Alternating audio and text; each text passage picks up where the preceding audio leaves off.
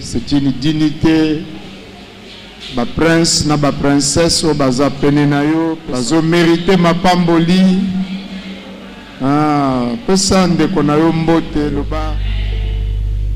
Luc chapitre 7 tobandi na verset 36 to kene na biso mwa musika kino na verset 50. Na la lecture pour Nabiso Nyonso. Un pharisien pria Jésus de manger avec lui. Jésus entra dans sa maison et se mit à table. Et voici une femme pécheresse qui se trouvait dans la ville, qu'il était à table dans la maison du pharisien, apportant un vase d'albâtre plein de parfums. Et s'étend derrière aux pieds de Jésus. Elle pleurait.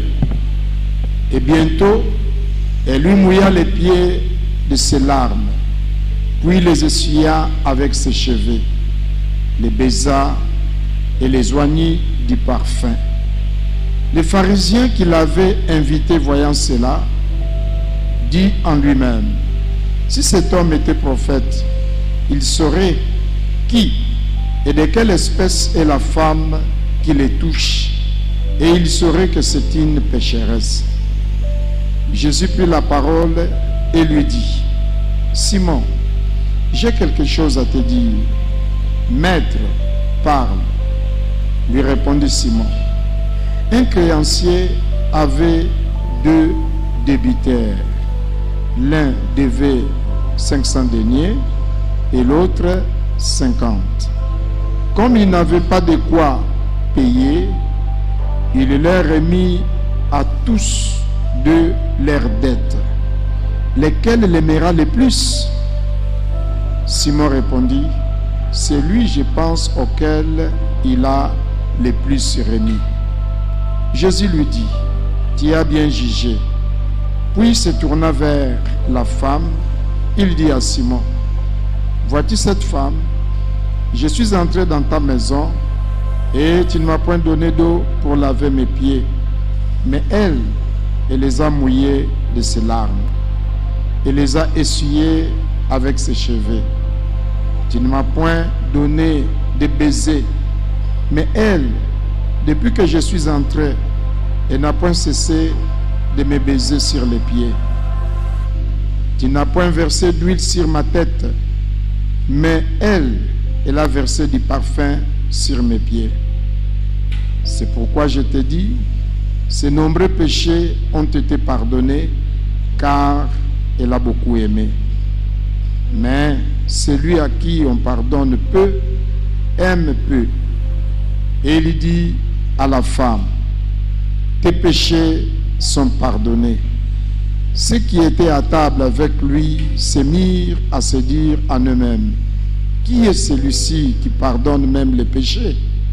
Mais Jésus dit à la femme, ta foi t'a sauvé, va en paix. Alors, maloba oyo, toba réponse oyo, yango etindi biso tolobela sur la prière non exprimée. La prière non exprimée veut dire quoi? Donc, prière oyo eyokanite, mututa yoki yango. Mutu moko ta tangi yango soki ezalaki ya kokoma. Mutu moko ta yoki yango soki ezalaki ya maloba to ya audio. En fait, qu'est-ce qui s'est passé? Mutu moko aza pharisien abengisi Yesu aya kolia epai na ye. C'est sûr, mutu wana te mutu alambaki, batu balambaki bazalaki. Et puis mutu abengisi Yesu aya kolia epai na ye, pe na ba invité mususu bazalaki na mesa, c'est sûr qu'il avait des moyens. Alors ceux qui azaki na ba moyens, c'est sûr protocole ezalaki bien organisé. Protocole ezali. Maintenant, tant que Yesu aye, azana mesa, azolia, na mutoyo abengisaki ye, na ba invité. Bamoni mwasi moko boye, esika balambelaki azalaki te. Bisika basalaki basha azalaki te. na protocole asanonsa kite ke ngai bien que boko yamba Yesu s'il vous plaît moko boyena koya. Elle ne s'est pas annoncée. A koti kaka brusquement. Or tozana tangu o babengi l'époque patriarcale. Na époque ezali patriarcale, ezali époque oyo ya Yesu pena ba époque mususu avant Yesu azala na mabele, petango pe landa kisima oya na Yesu na mabele. L'époque patriarcale veut dire moi si azalaki na dignité mingité. Azalaki pena na égalité te na mobali. Moi si azo vivre car na couverture ya mobali na ye, sous la dépendance, sous l'autorité ya mobali na ye, a kosala likambute ce qui mobali a permettre ye yango te. Ou bien sous l'autorité ya parent na ye. Ou alors ceux qui azana mwana mokolo, mobali azate, mwana na ya mokolo yenda komi responsable ya mama. Yango foko lingaka Yesu mingi. A pesi biso valeur, mutu na mutu. Alingiye de la même manière. Maintenant, maman oyo na tango yo bazoko marginaliser moi si aye. Et puis a sengi ata permission te bolimbisité loko mokote. Pour na lobi tozo le belasir la prière non exprimée. A koti a traversé barrière wana ya culture. Alors que culture est a barrière. Moi, si à kokota te n'importe comment bisika mibali bakoti, ya koti. A bouki barrière wana. A lobi pe lokote. Nanda kwa noza organisé, mutuana za organisé, il a des moyens à cause de la batu na porte, ba protocole, tout ça. A bouki li sous barrière wana, ya protocole. Mais kolonda kabi, moi c'est vie à mabe, ndumba. Bozolia na bino wana bino na bino ba dignitaire ba cadre entreprise batu moko respectable batu moko digne basi moko basi ya lokumu basi o bapambwama. Alors moi si moko pécheresse a kotimbala moko oh makamunini. Voilà à briser les sous barrières nini là où elle ne mérite pas d'être. Là où elle ne peut pas être. Asengi ata pardon pété. Et puis il y a moulangi na yeza na parfait. Tu évites ce que ça vraiment parfait. Batu bako kanisa oyo poison te oyo. A fongoli a sopeli Yesu. Yesu pa lobi eloko mokote. Mais le kola kolonda kwa ebike asa mutema lobi mais mutu nga na yambi Yesu oyo. Ndenge bakomi esika totangi soki aza vraiment prophète. Mais là il dit que moi suis aza pécheresse. Aza vraiment pécheresse pe aza na kindumba aza na masumu. Est-ce que aza pena vrai prophète oyo? C'est que selon yo Simon le pharisien yo yambingai. Nani akolinga mutu wana molimbisi wana mingi koleka. Simon le dit o ba limbisi 5000 hein, exemple. O ba limbisi $5,000 a olinga mingi hein. Abindenge moko pena mwasio. Yesu alobi quelque makambo wana alobi talanga na yawa. Upesinga maite na sokola makolo. Hein? Upangusi ngai makolo te. Me apangusi makolo nanga na suki na ye. Asokoli makolo ngai na maya misu na ye. Yo sopeli nga mafuta te me ye parfait na ye asopeli nga yango. Pena ba texte mususu neti na Matthieu 26 balobi Yesu alobi asali yango pona kuambome ngai pota unakokufa na pola te. Et puis Yesu abakisi bipai nyonso bakote ya sango malamu bakoloba na tina ya mwasi oyo. Sima tango abaluki pa ya mwasi alobi masumu na yo elimbisami. Bato bazaki pembeni na balobi o susu nani azoba masumu elimbisami. Oyo nani? Yesu pas lobi eloko te. Tellement batu ba murmurer, alors Yesu alobi mama kende na kimia kondima na yo ebikisi yo. Mais ya sengi nini to yebite. Alors dans la vie bandeko, il y a des prières non exprimées. Mais Yesu ayoka kayango. Il y a des prières mututa yoki yango mais Yesu ayoki. Yami Balé, il y a des actes au Mutakoyiko Sala et pas ina Yesu, ce sont des grandes prières. Yami Sato, Makamu Mususu, longwa na niveau ya maloba. Longwa na niveau ya maloba. Longwa na niveau ya publicité ba eba kasambela ka mingi, mais salaka ba acte. Yesu ayoka kaka maloba kaka te. Mais ayoka kape ba acte. Il y a maman wana ba acte ya salaki. Yesu alobi eza ba prière mobimba. La seule qui a reçu 2 paroles précieuses. Maman alambaka biloko Yesu asepelaki nango mingi. Pour ceux qui babongisi mais c'est ba diversité et cause aneloko sepeli nango mingi. Alors ceux qui mutu asepeli neloko wana mingi akotuna nani alambaki yango na mona ye. Ba bengisi ete. De ceux qui maman moko alambaki la nourriture préférée ce soir-là par Jésus-Christ. Akoloba ah mais biloko azolia mingi o mingi o ngana alambaki mais abengi ngate. Pourquoi? Parce que elle n'a pas posé ces actes-là de manière profonde. Ba acte ngo poto ko poser o elobaka ezala na bozindo ya motema. Ezala na concentration. Émotion na yo eza engagé. Parce que mutu akolamba azawana te. Alambi biloko ebongi bien mais azawana te. Ti azolamba azana kanda ba fingelaki na mobali ne na ndako. Mais alambi bien. Chauffeur akokumba banda awa tozali ti akumbi bino à 500 km. Bokomi bien mais azana kanda. Aza absent. Vrai ou faux bande konangai? Vrai. Molakisi akolakisa bino mathématique. Alobi o équation ba bengi yango boye ba benga pesi bino menasa mutema na e azawana te po letana na futi ete. Abina alakisa mais l'état ne m'a pas encore payé. Donc alakisi kaka mais mutema ezawana te. Mais moi si ba acte na ye mutema eza. Mutema eza na kati. Molimo na ye na kati. Azo salango na bozindo ya makambo. Na bozindo ya motema na ye. Tuko mutu akoyemba Esaïe alobi me bozoyemba na mbebo na mitema boza musika. Mais mamo azo kosala na maboko te me na motema parce que Esaïe alobi toko yemba meza nango likolo. Eloko sengeli na biso kokanga eza ete Yesu alingi amona profondeur, amona sérieux, amona réelle valeur ya oyo ozosala. Soki osambelaka na bozindo ya motema.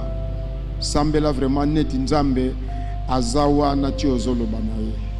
Soki ondimaka ndima lokola mutu oyo ozomona ye oyebika kosaka te o alobi eza solo. Soki ozopesa yebake otie epai na nzambe oyo azongisaka ya mingi koleka. Soki ozoyemba yebaka ozoyembela oyo aleki likolo. Soki oyamba Yesu yebaka oyamba l'autorité suprême, l'être suprême. Oyamba n'importe qui te moyamba mokonzi na bakonzi, les souverains oyo aza na liloba ya suka. Soko za mwana nzambe yebaka oza mwana ya oyo aleki likolo pe esala quelque chose na motema na yo ke mutu oyo nga na yamba akokani na mutu moko te kombo ne eleki bakombo nyonso. Siko ba apôtre kola ba Barthélemy, ba Jose, ba Barthélemy wana. Tostamboli ne 3 ans. Bakolobela biso te bakolobela kaka mwasi yo quelques minutes balobela ye. Barthélemy alobi mais comment ça? Philippe a dit mais comment? Nga na 3 ans. Bakolobela ngate bakolobela ne partout bakolobela mwasi yo. Maman alambaka koleka batu nyonso bime nga nazali abanda tongo tito kendeki dumbi kosomba biloko na bayaka na zikida to sombi biloko to yeto lambi bakolobela ngate bakolobela ndumba oyo parce que wuti na mutema yangana Yesu alobi ba prostituer bako dévancer bato ba mimona ke bakoka. Donc zala profond na likambo ozo sala kozala likolo te. Parce que le lot manque à profondeur et comme le la mode, le la méthode. tu es mon ami, hein? Tu es mon ami, hein? Tu n'es pas comme les autres. Mais na motema, donc ezaka pona tanwana. Navandi na libalo pona bana. Soki bana bazaki nefite, so ezaka mwana moko mbele na ke, mais nefo na roboko la bango ndenge nini. Donc likolo kaka. Navandi pona bana. Bon, na tamboli l'église bele tika na vanda kaka. Tika na vanda pona tamboli l'église. Non, zala profond. Zala na bozindo ya motema. Alors, les actes mususu, ce sont des langages. Nous avons besoin de langage. Langage. Ils ont prière mobimba. Ils ont acte mususu, mutu amonika ka acte yo sali. Mais yesu amoni yango prière mobimba. Il y a des langages, mutu ayoka ka yesu. Il y a des écrits, mutu akotanga ka yesu. Verset mokote lobi yango. Tu essuieras les pieds de Jésus. Et comment mawabi? Exact. Tu entreras quand Jésus mange, toi tu entres. Et comment mater? Et comment mater, bandeko? Tu vas pleurer quand Jésus sera à table. Et comment mater? Donc, au cause de la makambuyo ko sala et comment mater? Mais Yesu a comprendre. On va le dire comment mi na motema na ye. Donc, au comment na motema ya Yesu. Lelo Yesu le bakena cheka na mama wana. Batu ebele basambeli awa, mes prières na yo Yesu atia yango ka. Batu ebele ba ye, mes présence na yo Yesu alobake na ba présence nyonso, présence ya mama wana. Na ba présence nyonso, présence ya papa wana. Batu ebele bakopesa mais yo Yesu alobake ye apesi. Parce que apesi yango ko uta na kati, na libanda te, mais na kati. Alléluia. Tout télémi pour te tout répondre Nzambe. Tatana biso yondo sunga biso. Makambo na biso ezala na bozindo ya motema. Soki toko gêner, soki toko sambela, soki toko kila bilei, soki toko pesa, soki toko ya na église. Présence nangai, présence nabiso et toucher motema na yo. Présence nangai lobela yo. Présence nangai est concerné yo. Présence nangai za la pamba te.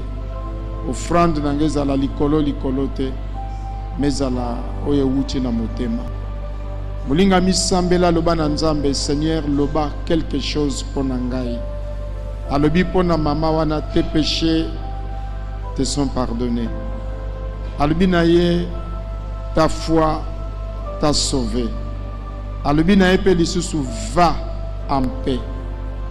Loba na Yesu aloba quelque chose pona yo. Quelque chose pona yo. Loba naye loba quelque chose pona ngai. Dieu parle tantôt d'une manière, tantôt d'une autre. Na bozindo ya motema, na profondeur ya motema akoki koloba. Alobaki na mama oyo, tes péchés sont pardonnés. Molinga misenge pa na Nzambe, les actes que je vais poser et toucher motema na yo, les actes que je vais poser et à la langage mobimba, les actes que je vais poser et à la message oyo ko capter, oyo ko capter.